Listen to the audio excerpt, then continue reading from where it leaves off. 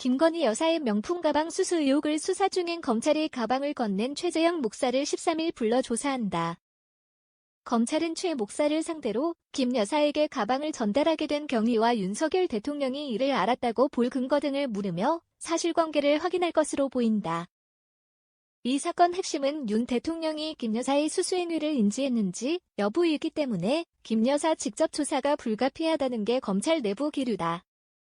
다만 검찰은 현재까지 김 여사 조사 시기나 방법은 결정되지 않았다는 입장이다.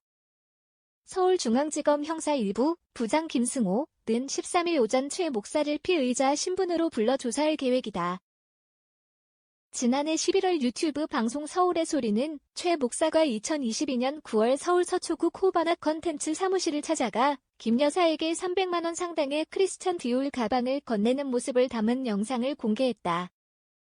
백은종 서울의 소리 대표 등은 지난해 12월 윤석열 대통령 부부를 청탁금지법 위반과 뇌물수수 혐의로 검찰에 고발했다.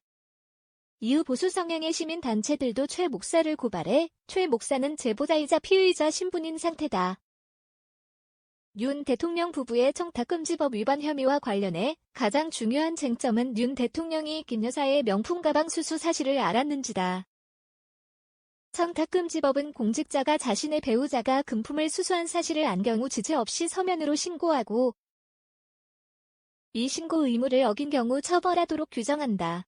다만 청탁금지법에는 금품을 수수한 공직자의 배우자를 처벌하는 조항은 없어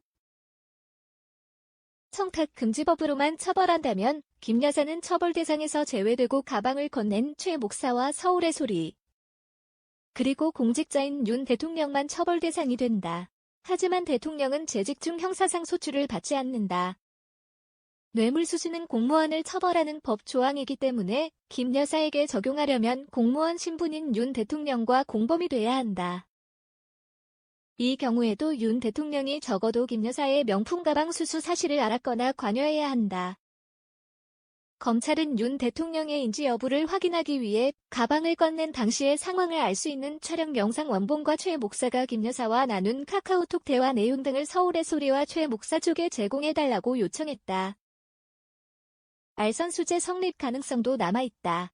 특정범죄가중처벌법상 알선수재는 공무원의 직무에 속한 사항의 알선에 관해 금품을 수수한 사람을 처벌하도록 규정하고 있어 공무원이 아닌 김 여사도 처벌 대상이 될 수 있다. 구체적인 청탁이 오갈 필요는 없지만 금품을 주고받은 사람들이 이를 알선의 대가로 인식해야 한다. 특수수사 경험이 많은 한 변호사는 윤석열 대통령의 인지 여부와 관계없이 김 여사와 최 목사 간의 대화에서 윤 대통령에게 이야기를 전달해주겠다는 내용이 담겼다면 알선수재가 성립될 수 있다라고 설명했다. 다만 서울의 소리가 공개한 영상에는 그러한 내용은 담겨있지 않아 추후 검찰이 수사를 통해 확인하게 될 전망이다.